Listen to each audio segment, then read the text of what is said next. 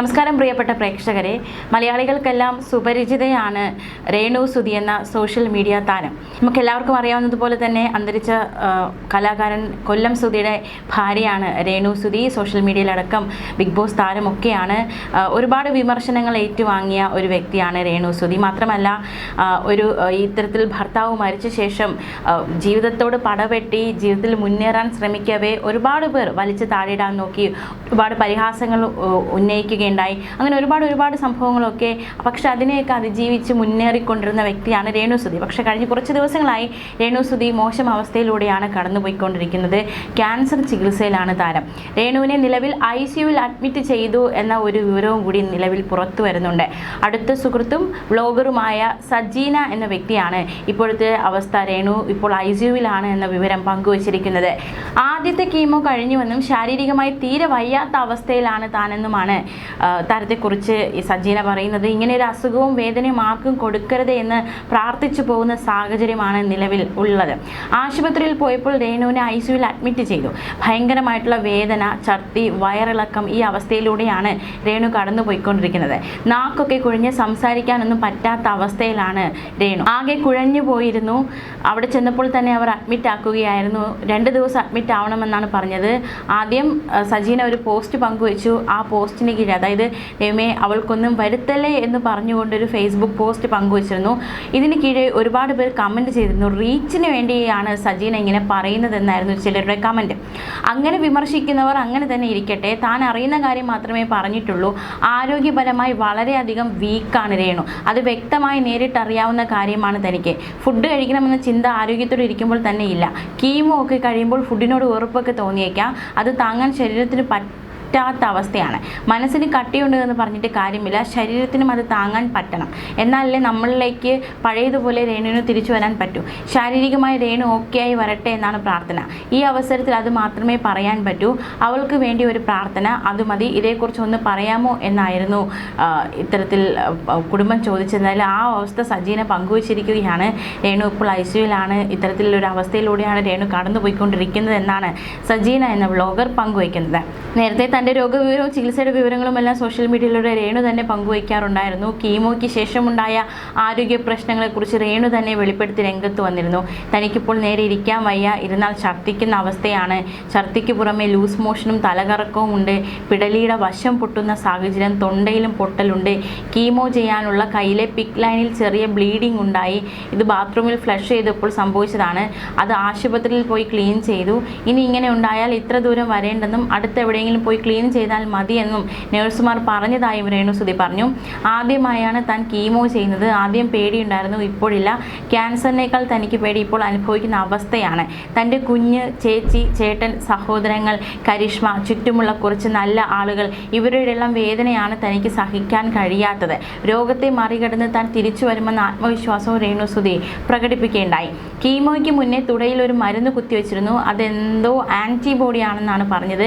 നല്ല വിലയുള്ള മരുന്നാണെന്നും അത് കുത്തിയാലേ അത് കറക്റ്റ് ആവത്തുള്ളൂ എന്നാണ് താൻ അറിഞ്ഞതെന്നും തനിക്ക് ഈ മെഡിക്കൽ വേർഡോ കാര്യങ്ങളോ ഒന്നും അറിയില്ലെങ്കിൽ പോലും തൻ്റെ ഒരു ഊഹം വെച്ച് ഡോക്ടേഴ്സിൻ്റെ സംസാരവും കാര്യങ്ങളും ഒക്കെ വെച്ചിട്ട് മനസ്സിലാക്കിയത് ആൻറ്റിബോഡി എല്ലാ കീമോയിലും കുത്തിവെക്കണം എന്നാണെന്നും രേണു വ്യക്തമാക്കിയിരുന്നു. കൊല്ലം സുധിയുടെ മകനാണ് കിച്ചു. രേണു സുധി രണ്ടാനമ്മയാണ്. ഈ കാര്യങ്ങളൊക്കെ മലയാളികൾക്ക് അറിയാവുന്നതാണ്. എന്നാൽ കിച്ചു ഈ ഒരു അവസ്ഥയിൽ തന്നെ തിരിഞ്ഞു നോക്കിയില്ല എന്നൊരു വിഷമവും കൂടി രേണു സുധി പങ്കുവയ്ക്കുന്നുണ്ട്. ഇത്തരത്തിൽ താൻ വലിയൊരു അവസ്ഥയിൽ, താൻ ക്യാൻസറിലൂടെ കടന്നു പോവുകയാണ്. ഈ ഒരു അവസ്ഥയിൽ കിച്ചു തന്നെ ഇതുവരെയും കാണാൻ വന്നില്ലെന്നും താൻ എന്ത് ദ്രോഹം ചെയ്തിട്ടാണ് ഇങ്ങനെ ചെയ്യുന്നതെന്നുമാണ് രേണു സുധി ചോദിക്കുന്നത്. ഞാൻ എന്ത് ദ്രോഹം ചെയ്തിട്ടാണെന്ന് അറിയില്ല. 11 വയസ്സ് തൊട്ട് നോക്കിയൊരു കുട്ടിയുണ്ട്. അവൻ ഇതുവരെ തിരിഞ്ഞു നോക്കിയിട്ടില്ല. ഞാനിത് പറഞ്ഞാൽ വലിയ വിവാദമാകുമെന്ന് എനിക്കറിയാം. പക്ഷേ വിവാദമാക്കാൻ പറഞ്ഞതല്ല. അവനോട് എനിക്ക് കുഴപ്പമില്ല. ക്ഷമിക്കുക, ആരും വിവാദമാക്കരുത്. എൻ്റെ ഋതപ്പൻ എന്നെ അന്വേഷിക്കുന്നുണ്ട്. ഒരുപാട് പേര് എന്നോട് കിച്ചു വന്നു എന്ന് ചോദിച്ചു. ഇല്ല, വന്നിട്ടില്ല. വന്നു എന്നത് വ്യാജ വാർത്തയായിരുന്നു. എന്തോ ആകട്ടെ, കിടക്കയിൽ കിടക്കുമ്പോൾ ഒന്ന് വന്ന് കാണാൻ ആർക്കാണേലും ഒരു ആഗ്രഹം കാണില്ലേ? എത്രയോ പേർ തന്നെ കാണാൻ വരുന്നു. ഇൻഫെക്ഷൻ അടിക്കേണ്ടതായിട്ടുള്ളതുകൊണ്ട് മാസ്ക് ഒക്കെ വെച്ച് വാതിലാണ് അവർ വന്ന് കണ്ടുപോകുന്നത്. ഒത്തിരി കൈത്താങ്ങലുകളുണ്ട്. ഇവരോടൊക്കെ എങ്ങനെയാണ് നന്ദി പറയേണ്ടതെന്ന് അറിയില്ല. അതിനിടയിൽ വാശി കയറി അങ്ങോട്ടും ഇങ്ങോട്ടും വിവാദങ്ങൾ ഉണ്ടാക്കുന്നവരുണ്ട്. എനിക്ക് അവരോടൊന്നും പറയാനില്ല എന്നായിരുന്നു രേണുസുതി പറഞ്ഞത്. യൂട്യൂബ് ചാനലിലൂടെയായിരുന്നു രേണു ഈ ഒരു വിവരം പങ്കുവച്ചത്. 2 മാസങ്ങൾക്ക് മുൻപായിരുന്നു രേണുവും കിച്ചുവും തമ്മിലുള്ള പ്രശ്നങ്ങൾ തുടങ്ങുന്നത്. കിച്ചു തന്റെ യൂട്യൂബ് ചാനൽ വഴി ചില വെളിപ്പെടുത്തലുകൾ നടത്തിയിരുന്നു. ഇതോടെ ഇവർക്കിടയിൽ ചെറിയ പിണക്കങ്ങൾ ഉണ്ടായി എന്നാണ് വിവരം. ഇതിനിടയിൽ ഒരു തവണ മാത്രം തന്നെ വിളിച്ചിരുന്നുവെന്നും ഋതപ്പനെയും കൊണ്ട് പുറത്തു പോകാനായിരുന്നു അതെന്നുമായിരുന്നു രേണുവിന്റെ വെളിപ്പെടുത്തൽ. അതേസമയം രേണുവിനെ കുറിച്ച് അവതാരികയും അതുപോലെ തന്നെ സോഷ്യൽ മീഡിയ താരവുമായ ലക്ഷ്മി നക്ഷത്ര ചില കാര്യങ്ങൾ പങ്കുവച്ചിട്ടുണ്ട്. അതുകൂടി നോക്കാം. രേണുസുതിയെ സ്നേഹിക്കുന്നവരോട് തനിക്ക് ഒരു അപേക്ഷയുണ്ടെന്ന് പറഞ്ഞാണ് ലക്ഷ്മി നക്ഷത്ര രംഗത്ത് വന്നിരിക്കുന്നത്.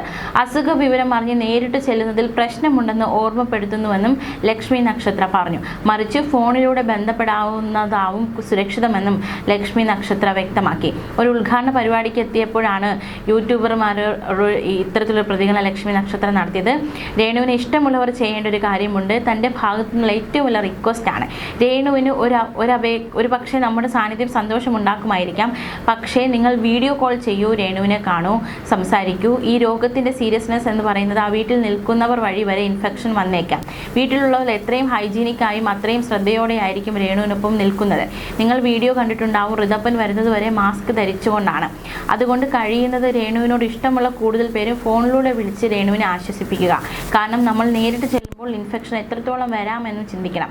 നമ്മൾ വളരെയധികം ഹൈജീനിക് ആയിരിക്കും. പക്ഷേ ഇത്തരത്തിലുള്ള രോഗികൾക്ക് പ്രതിരോധ ശേഷി വരെ കുറവായിരിക്കും. തൻ്റെ ഭാഗത്തു നിന്നുള്ള റിക്വസ്റ്റ് ആണിതെന്നാണ് ലക്ഷ്മി നക്ഷത്ര പറയുന്നത്. അതേസമയം തൻ്റെ ആദ്യ കീമോതെറാപ്പിയുടെ അനുഭവം പങ്കുവച്ച് രേണുസുതി രംഗത്ത് വന്നിരുന്നു. രോഗാവസ്ഥ അറിയിച്ചുകൊണ്ട് രേണുസുതി മുൻപ് പറഞ്ഞത് ഇപ്രകാരമാണ്: തനിക്ക് ക്യാൻസർ ഉണ്ട്. ഇത്രയും ദിവസം തന്നെ സ്നേഹിക്കുന്നവരുടെ അടുത്ത് നിന്ന് താനത് മറച്ചു വയ്ക്കുകയായിരുന്നു. ഇപ്പോൾ അത് പറയാൻ സമയമായി എന്ന് തോന്നിയത് കൊണ്ടാണ് വന്നത്. പല തെറ്റിദ്ധാരണകളും പലർക്കുമുണ്ട്.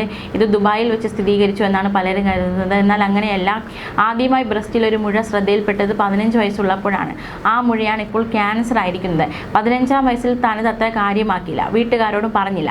കുറേ നാൾ കഴിഞ്ഞ് ഡിപ്ലോമയ്ക്ക് പഠിച്ചുകൊണ്ടിരുന്നപ്പോഴാണ് വീട്ടുകാർ ഇതറിഞ്ഞത്. അവർ കോട്ടയം മെഡിക്കൽ കോളേജിൽ കൊണ്ടുപോയി. 15 മുതൽ 16 വർഷം മുൻപത്തെ കാര്യമാണ്. അന്ന് ബയോപ്സി ചെയ്തിരുന്നു. അന്ന് ഡോക്ടർ തന്നോട് പറഞ്ഞത് അതിങ്ങനെ വയ്ക്കരുതെന്നായിരുന്നു. ഇപ്പോൾ വലിയ പ്രശ്നമില്ലെങ്കിലും ഭാവിയിൽ ക്യാൻസർ ആയേക്കാമെന്നും ഡോക്ടർ പറഞ്ഞിരുന്നു. ആ സമയത്ത് മറ്റൊരു ഓപ്പറേഷൻ കഴിഞ്ഞ് നിൽക്കുന്നതായതുകൊണ്ട് പേടി കാരണം അത് ചെയ്തില്ല. സുധിച്ചേട്ടൻ്റെ മരണശേഷം ഒരിക്കൽ ഡോക്ടറെ കണ്ടപ്പോൾ സ്കാൻ ചെയ്യണമെന്ന് പറഞ്ഞു. ഡോക്ടർ സ്കാനിങ് റിസൾട്ട് കണ്ട് സംശയം തോന്നിയപ്പോൾ മാമോഗ്രാം ചെയ്തു. മാമോഗ്രാമിൽ സംശയം തോന്നിയപ്പോഴാണ് ബയോപ്സി ചെയ്യാൻ നിർദ്ദേശിച്ചത്. അതിൻ്റെ റിസൾട്ടും ഒറ്റയ്ക്ക് ചെന്ന് മേടിച്ചു. അപ്പോൾ എന്നോട് പറഞ്ഞു ക്യാൻസർ ആണെന്ന്. ഒന്നും മിണ്ടിയില്ല. ആ റിസൾട്ട് വീട്ടിൽ കൊണ്ട് 2-3 ദിവസം ഭദ്രമായിട്ട് വെച്ചിട്ട് ഒരു മനുഷ്യനോടും പറഞ്ഞില്ല. ആദ്യം സ്വകാര്യ ആശുപത്രിയിലും പിന്നെ മെഡിക്കൽ കോളേജിലും പരിശോധിച്ചു. മെഡിക്കൽ കോളേജിൽ ക്യാൻസർ ആണെന്ന് സ്ഥിരീകരിച്ചു. 3-ാമത്തെ സ്റ്റേജ് കഴിയുന്ന ഘട്ടമായെന്നാണ് ഡോക്ടർ പറഞ്ഞതെന്നും രേണുസുതി വെളിപ്പെടുത്തിയിരുന്നു. ന്യൂസ് ഡെസ്ക് മലയാളി വാർത്ത.